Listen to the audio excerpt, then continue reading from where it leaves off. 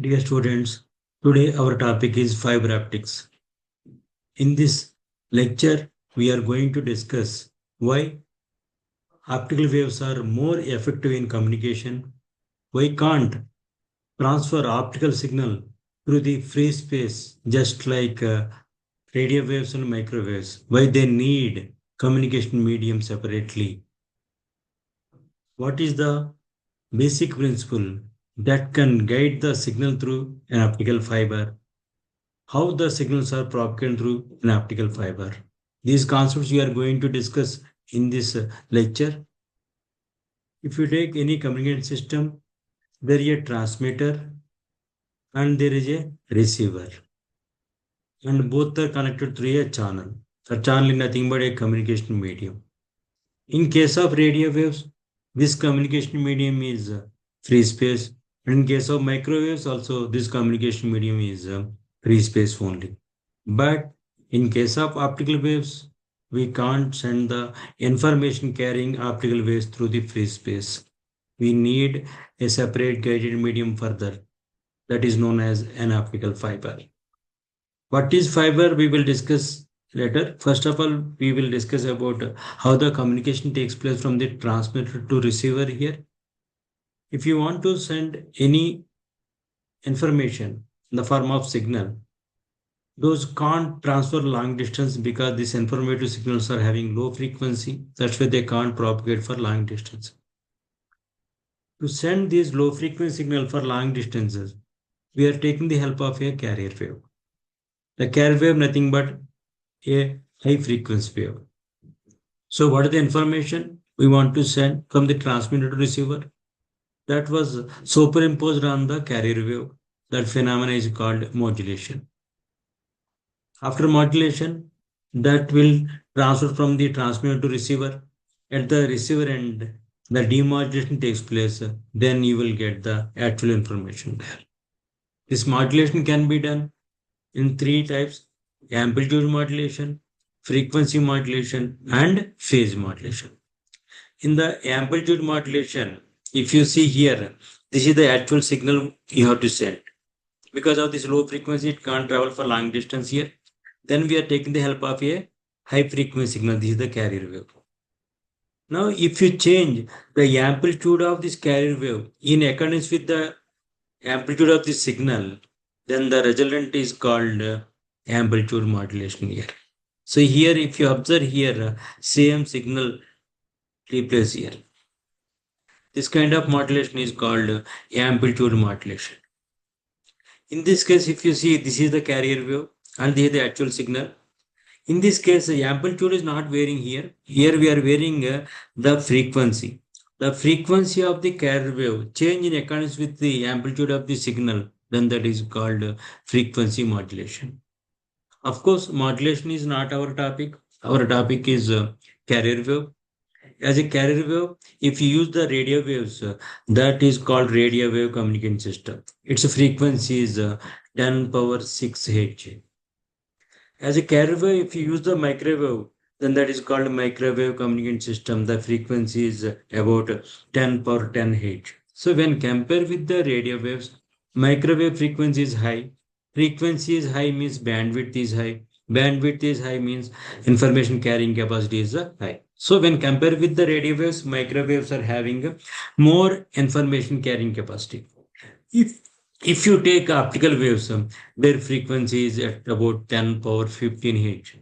That means the frequency of the optical waves is 1 lakh times higher than the frequency of microwaves. That means optical waves are having very high bandwidth. So high bandwidth leads to high information carrying capacity. If you see the microwave with 10% utilization, then it has the bandwidth of 1 gigahertz. But if you take optical wave, it has the bandwidth of 10 terahertz for only 10% of utilization. So it is 10,000 times higher than the microwaves. But the problem with the optical waves here is we can't send the optical wave through the free space. Why? That we'll discuss later. First of all, we will just see a ultraviolet spectrum. What is the wavelength range we are using for optical communication? If you see this ultramagnetic spectrum for optical communication, we are using this range 1.7 micrometer to zero point 0.8 micrometer wavelength range only we are using for optical communication here. So these optical waves we are unable to send through the free space because the dust particle, rainfall, fog, all these are vagaries to the optical signal here. Those are obstacles to these optical signals. Because of these dust particles, rainfall, fog, those are responsible to disperse the signal or scatter the signal. That's why propagation of light in atmosphere is impractical. So we need a guided medium. That guided medium is nothing but optical fiber. So this optical fiber we are using as a guided medium for information carrying optical waves here. What is the optical fiber? The optical fibers are long, thin strands here. Those are made up of either plastic or glass. So they are having very less attenuation. These fibers are mainly three layers.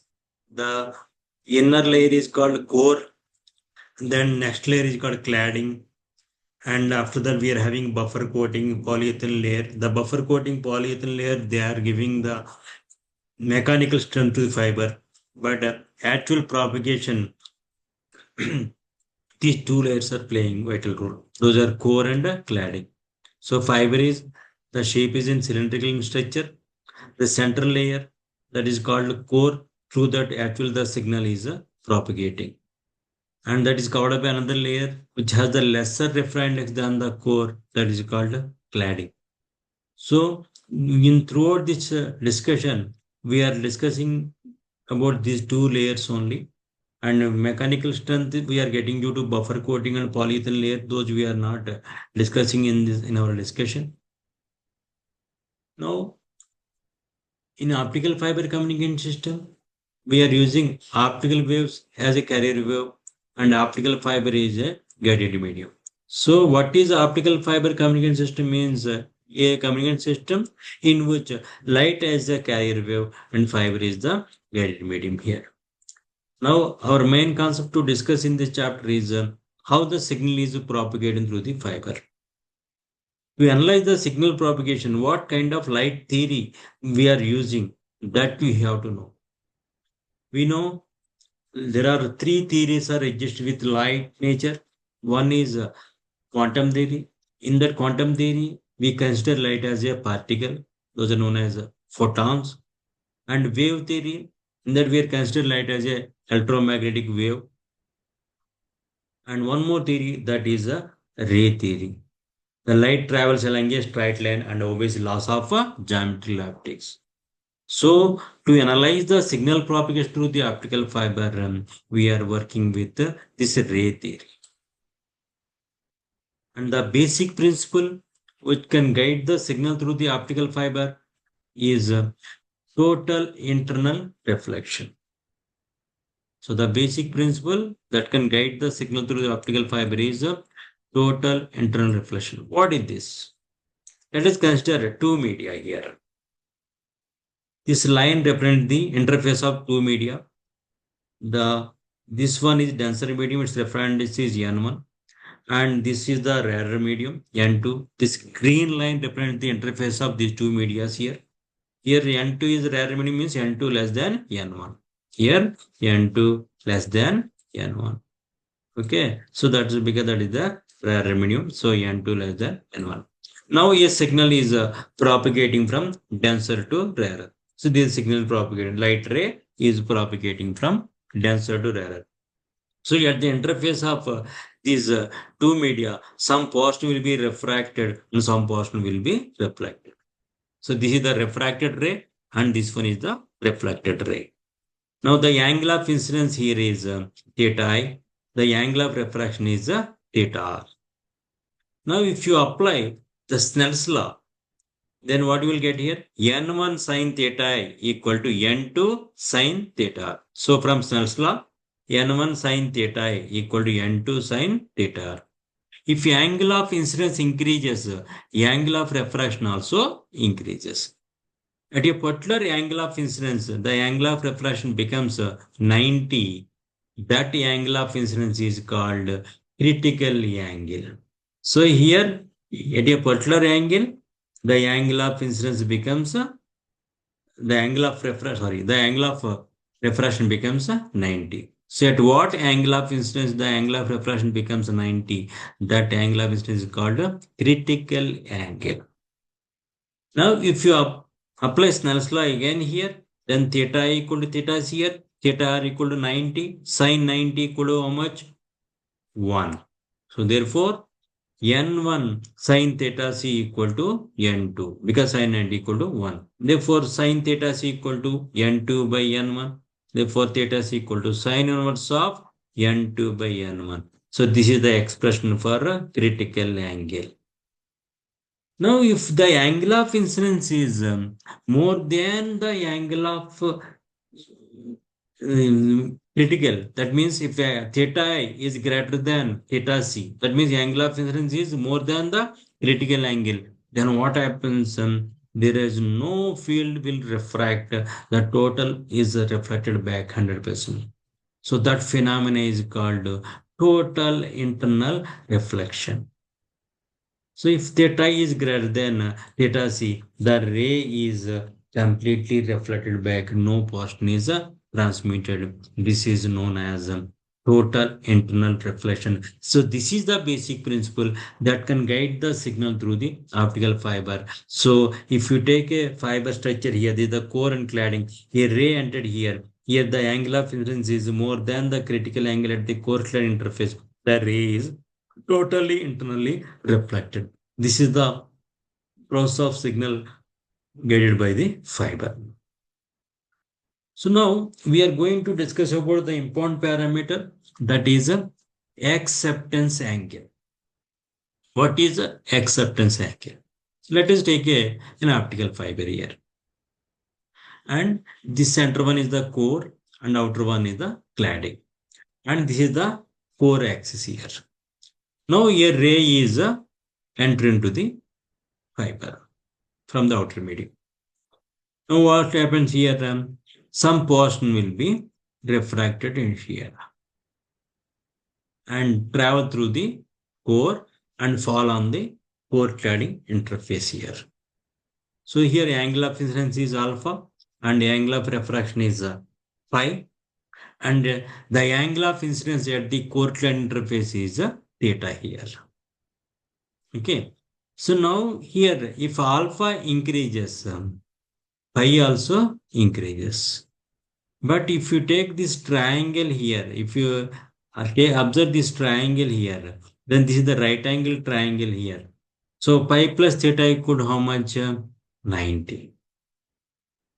So if pi increases, theta decreases because pi plus theta is 90. Therefore, pi increases, theta decreases. So if alpha increases, then pi increases. Pi increases, then what happens here? Theta decreases. So if alpha increases here, then what happens here? Pi also increases.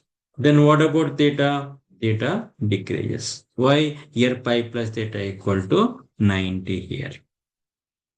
So here at a particular value of alpha that we named as alpha maximum, then theta becomes theta c. Then what happens here? If alpha more than alpha maximum, then what happens? Theta becomes less than theta c. So at a particular angle, that alpha equal to alpha maximum, then theta equal to theta c. So if the alpha increases further above the alpha maximum, then what happens? Theta becomes less than theta c. Then what happens here? Total internal reflection will not occur here. Total internal reflection will not occur. Then signal can't travel for long distance here. Because in every reflection, some portion will be refracted here. After certain reflections, the total intensity is very much diminished. That's why signal can't travel for long distance. So that's why here always theta should be greater than theta c. Then this alpha always less than alpha maximum. If alpha becomes more than alpha maximum, then theta becomes less than theta c. The signal can't travel for long distance. So that's why the alpha always less than alpha maximum. This alpha maximum is known as acceptance angle. So the maximum angle through the ray coupled into the fiber and guided by the fiber with less attenuation, that angle is called acceptance angle. So if you see here,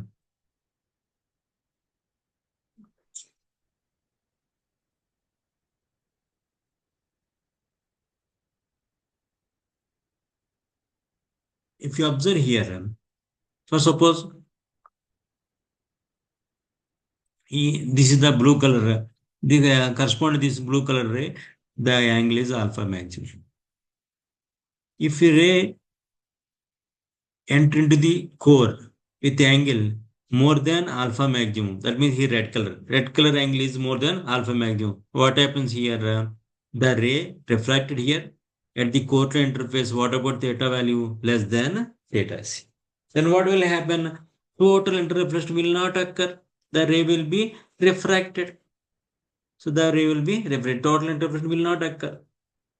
Or suppose if the ray entered with the angle less than alpha maximum, so this observe this green color, this alpha less than alpha maximum. Then what happens here? This ray refracted into the core and at the core to interface. What about theta greater than theta c? So theta greater than theta c. That's what happens here. The ray will be guided by the fiber. That's why alpha always less than alpha maximum. If alpha becomes more than alpha maximum, the ray will not be guided. That maximum angle is known as acceptance angle. So now we are going to discuss, we are going to derive the expression for acceptance angle here. So if alpha less than or equal to alpha maximum, theta always greater than equal to theta z, then the ray will be guided. That's why alpha always less than alpha maximum. Theta alpha maximum is known as acceptance angle. Now we are going to derive the expression for the acceptance angle. So now let us take an optical fiber. I am showing this cross section. That's what is looking like a rectangle. So the shape is actually cylindrical in structure. So now this is the core and this is the cladding. Now a ray coupled into the fiber. At the core axis, the angle of incidence is alpha. Pi is the angle of refraction. Theta is the angle of incidence at the core cladding interface.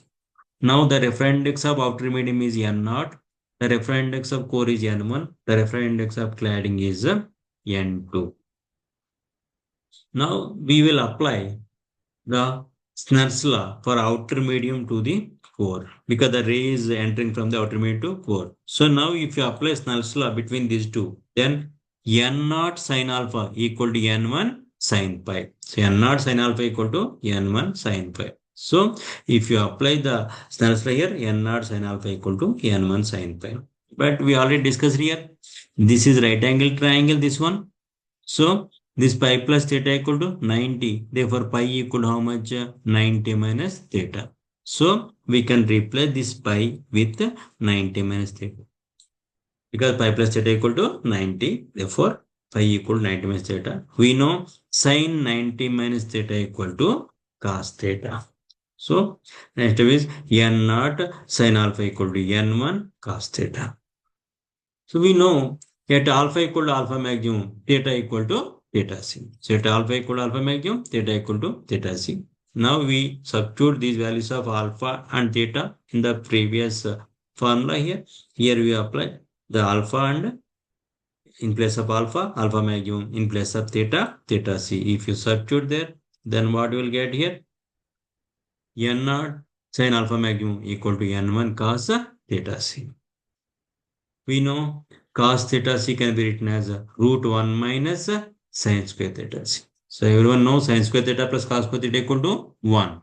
Therefore, cos square theta equal to 1 minus sin square theta. Therefore, cos theta equal to root 1 minus sin square theta. Therefore, cos theta c can be written as root 1 minus sine square theta.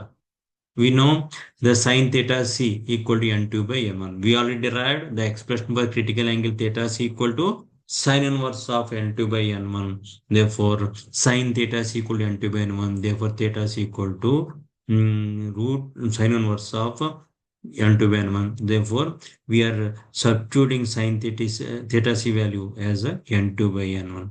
Therefore, the equation becomes here n naught sine alpha maximum equal to n1 root 1 minus n2 by n1 whole square. Because sine theta is equal to n2 by n1 we already discussed. Therefore, cos theta is equal to root 1 minus sine square theta. So sine theta is equal to n2 by n1. Therefore, root 1 minus n2 by n1 whole square is the cos theta's value substitute here. Then if you simplify here, this one becomes n1 square minus n2 square by n1 square. Then square root cancel and this n1 will cancel. Then what we will get finally? Sine alpha maximum equal to root n1 square minus n2 square by n0. So here this is the n1 square and this n1. So square root will cancel. Then n1 cancel. Then I have taken this n0 here. Then sine alpha maximum equal to square root of n1 square minus n2 square by n0. If the outer medium is air, most of the cases that will happen. Then n0 equal to 1. Then sine alpha maximum equal to root n1 square minus n2 square by 1. Then alpha maximum equal to sine inverse of root n1 square minus n2 square. So that is the expression for acceptance angle. So alpha maximum equal to sine inverse of root n1 square minus n2 square. This is the expression for alpha maximum. If outer medium is other than air, here you are getting that n0 value also here. Okay. Now one more parameter we are going to discuss here is numerical aperture. What is the numerical aperture? The numerical aperture is the gathering power of the optical fiber. Numerical aperture is the gathering power of the optical fiber. It is given by sine of acceptance angle. So alpha maximum is the acceptance angle. Then sine of alpha maximum is the numerical aperture. So numerical aperture is Na equal to sine of alpha maximum. So if you take sine of alpha maximum here, then that will becomes root n1 square minus n2 square. Therefore, the expression for numerical aperture is square root of n1 square minus n2 square. And if the outer medium is air, this is the formula. If outer medium is other than air, then the formula for numerical aperture is square root of n1 square minus n2 square by n0. Generally, the numerical aperture is expressed in terms of relative reference index. The relative reference index is defined like this. The relative reference index delta equal to n1 square minus n2 square by 2 n1 square. n1 square minus n2 square by 2 n1 square. So here, the difference between n1 and n2 is very, very less. This can be written as approximately n1 minus n2 by n1. That can be written as n1 minus n2 by n1. Because n1 square minus n2 square can be written as how we can write n1 square minus n2 square here n1 minus n2 into n1 plus n2. Thus can be written as n1 minus n2 into n1 plus n2. That is n1 square minus n2 square divided by 2n1 square common here. So now, if difference between n1 and n2 is very, very less, n1 plus n2 you can write almost equal to 2n1. So this can be written as 2n1. Then 2 will cancel, n1 square will cancel, then n1 minus n2 by n1. Therefore, delta is approximately equal to n1 minus n2 by n1 if the difference between n1 and n2 is very, very less. So we can write the numerical aperture. So numerical aperture equal to how much? Root n1 square minus n2 square. By using this one, we can write n1 minus n2 square equal to 2 n1 square into delta. So n1 square minus n2 square equal to 2 n1 square into delta. Then n1 square root cancel, that were n1 into 2 delta. Therefore, the expression for numerical aperture is n1 into root 2 delta in terms of relative reference index. So this formula, n1 minus n2, this formula we are using when the problems we are solving here. Okay, so when we are doing this theoretical approach, we are working with this one only. But when we are solving the problems here, at that time, we are using delta like this. Because mostly we are working with the data in which N1 and 2 difference very, very less. So the expression for numerical aperture in terms of relative reference is N1 into 2 delta. In the next class, we are going to discuss about different types of fibers. Today, we are going to stop the lecture here. In next class, we are going to discuss about different types of optical fibers and attenuation.